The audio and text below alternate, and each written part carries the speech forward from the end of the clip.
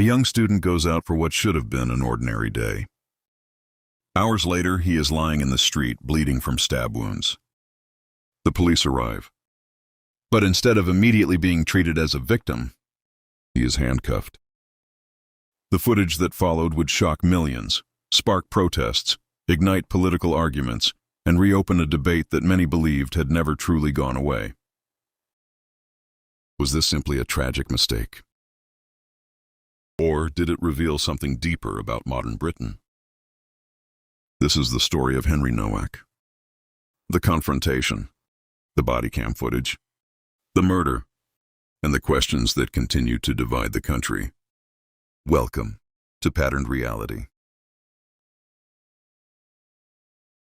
Before the headlines, before the politics, before the bodycam footage, there was simply Henry Nowak. An 18-year-old university student, a young man with hopes, ambitions, and a future ahead of him. Like thousands of other students across Britain, Henry was building a life for himself. Making friends, studying, planning for the future.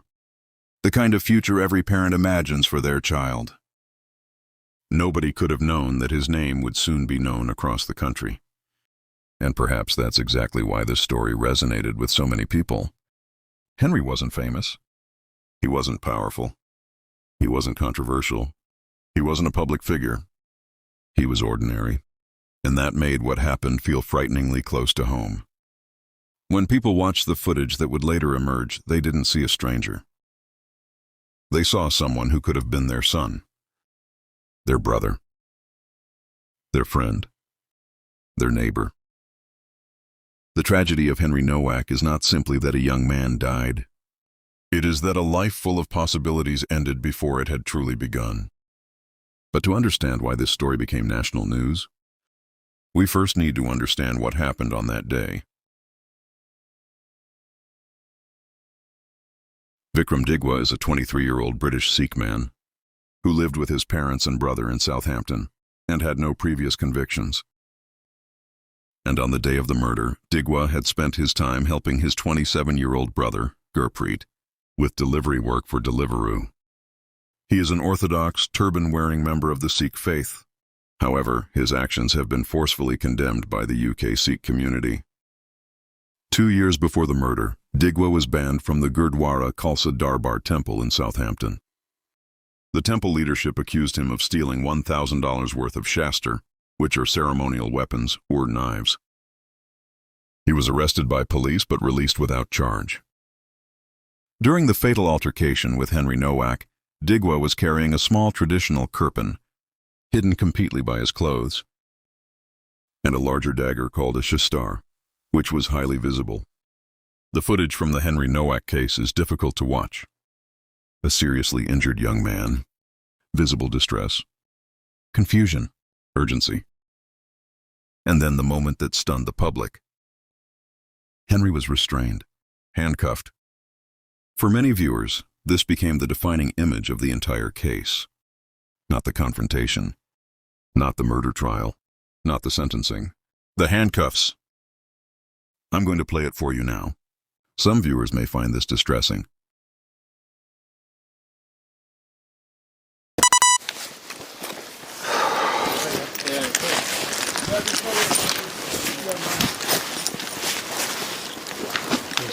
My dad's just holding it now. Alright. He keeps dropping side to side, so I'm just trying to keep him set up. Alright. He's got a mouthful of blood, I don't want him. He was on the bin on the other side of this gate. He's jumped over these fences and stuff like that. And he's up Move here. away, mate. He's obviously fallen from there and he's slipped from there. There's other shooters left over there, mate. What's your name, mate? Huh? Has anyone been hurt other than him? Yeah, me. He's grabbed my brother, he's took my turban off, started grabbing my head. Are you injured? Yeah, I've got swollen eye, little bruises. Alright, just step back a little bit for me. Someone flag these down. Got this stud. Right, let's get you out of there, shall we? I was in bed asleep. My neighbour just found me up there, look, someone's attacked me. Grab his other arm. Help. So I've just come running, we only live on St Dennis Road. I've come running around the corner. What's happened to you, alright? Been stabbed. You've been stabbed? Whereabouts? Don't think you have, mate. Look, that's what, and then I'm like, you've got mouth full of, I want to keep you up, keep your... Hand? I can't breathe. Put the hand in the cuff, mate. This is like numerous times this has happened to us. You've been walking, you parked, you live around the corner. Can we get around Multiple times we've had people racist Mind your foot. nothing happens.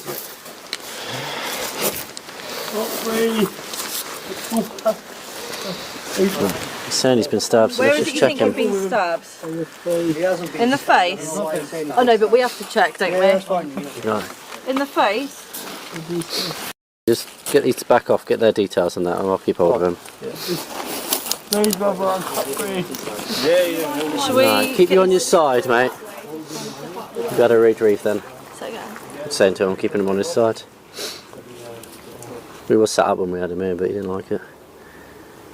What's your name, mate? At the moment you are under arrest, and that's for assault, so you do not have to say anything, may harm in defence. If you do not mention one question, it's up to which you later rely in court. Anything you do say may be given in evidence, alright? It's going to be sick, I think.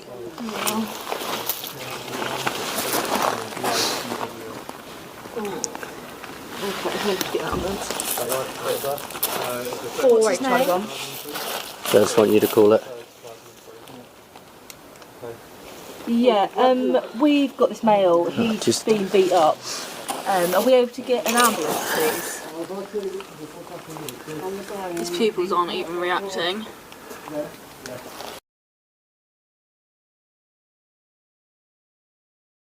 As the footage spread, emotions intensified. Public anger grew. Demonstrations followed. Crowds gathered. People demanded answers. Many genuinely wanted accountability. Many simply wanted transparency. Others wanted broader reforms. But large public emotions rarely remain simple for long. Soon tensions escalated. Confrontations occurred. The atmosphere became increasingly volatile. What began as grief and frustration gradually evolved into something larger. A national conversation. A political issue. A symbol. And as often happens, different groups began interpreting the same event in very different ways. The result was a country arguing over what the footage really showed. Once politics enters a story, the story changes. And politics entered this story very quickly. Nigel Farage argued that the case demonstrated what he described as two-tier policing. Keir Starmer argued that tragedy should not be exploited for political gain. Television studios, radio programs, newspaper columns, everyone seemed to have an opinion. But beneath the political arguments was a deeper concern. Fairness. People need to believe institutions treat everyone equally. The moment that belief begins to weaken, trust becomes difficult to restore. That is why this case resonated so strongly. It touched something fundamental. Not simply crime. Not simply policing. But fairness itself. Britain has seen murders before. Britain has seen controversial police incidents before. Britain has seen political arguments before. So why did this case explode? Because several powerful issues collided at exactly the same moment.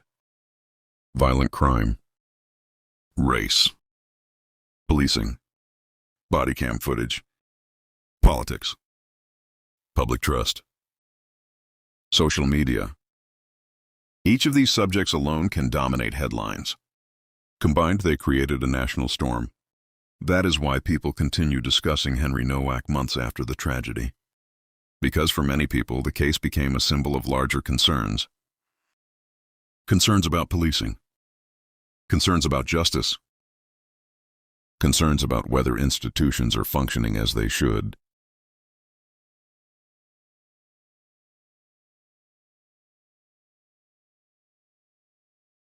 Since Henry Nowak's death, one phrase has dominated headlines, social media, and political debate. Two-tier policing. But what does that actually mean? To some, two-tier policing is the belief that some people, groups, or communities are treated differently by the police, based on factors such as race, religion, politics, or identity. People argue that the law should be applied equally to everyone, regardless of who they are. They point to cases like Henry's and ask whether assumptions were made before the facts were known. What would the outcome have been had the roles been reversed that night? Would Henry have been arrested? Would they have handcuffed Vikram before checking him over? Would they have acted at all differently? They question whether officers feared being accused of racism more than they feared getting the situation wrong. Whatever side of the debate you fall on, one thing is clear. Public confidence in policing depends on trust. And trust can only exist when people believe the law is applied fairly and equally to everyone. And right now, is it? Years from now, many people will forget the political arguments. They will forget the headlines. They will forget who said what. But they will never forget the footage. A moment frozen in time. A moment that millions of people interpreted differently. Some see a tragic mistake. Some see institutional failure. Some see evidence of a deeper problem.